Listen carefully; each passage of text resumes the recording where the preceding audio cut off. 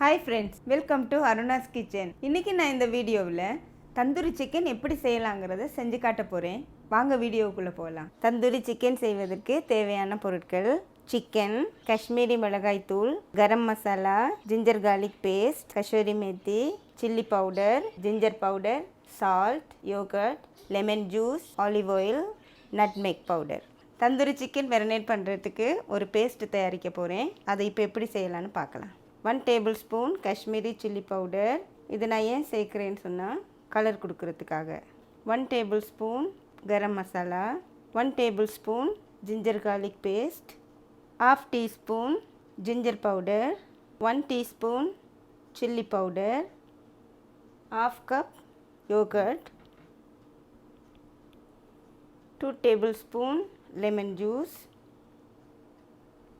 1/2 teaspoon nutmeg powder, 1 tablespoon olive oil. இப்போ நம்ம தேவைக்கேற்ப சால்ட் சேர்த்துக்கலாம். கடைசியாக கசூரி மேத்தி, அதை நல்லா கையில் இந்த மாதிரி கசக்கிட்டு போடலாம். இப்போ நல்லா மிக்ஸ் பண்ணலாம். உங்களுக்கு இன்னும் நல்லா கலர் தேவைன்னா ஃபுட் கலர் சேர்த்துக்கலாம். ஆனால் நான் ஃபுட் கலர் சேர்த்துக்கல, காஷ்மீரி மிளகாய் பவுடர் சேர்த்துருக்கேன். இப்போ நம்ம சிக்கனில் இந்த மாதிரி கட் பண்ணி விட்டுருக்கேன். இப்போ இதை நல்லா நம்ம இதில் அப்ளை பண்ணிவிட்டு ஒரு 1/2 hour நம்ம இது சோக் பண்ண வைக்கலாம். இது எவ்வளோ நேரம் ஊறி இருக்குதோ அவ்வளோத்துக்கு ரொம்ப டேஸ்ட்டாக இருக்கும். இப்போ மேரினேட் பண்ணியாச்சு. இனி ஒரு 1/2 hour இப்போ இந்த பிளாஸ்டிக் பேப்பரில் நான் ரேப் பண்ணி வைக்கிறேன். 1/2 hour கழித்து எப்படி இதை நான் கிரில் பண்ணி எடுக்கிறேன்றதை காமிக்கிறேன். நான் சிக்கனை மேரினேட் பண்ணி வச்சு 1/2 hourக்கு மேலே ஆயிடுச்சு.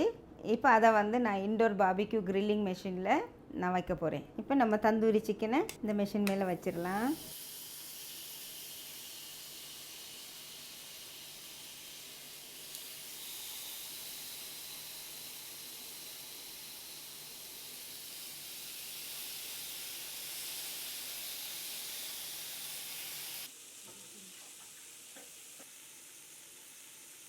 இப்போ நான் இதை திருப்பி போட்டுட்டு ஆயில் போட போகிறேன்.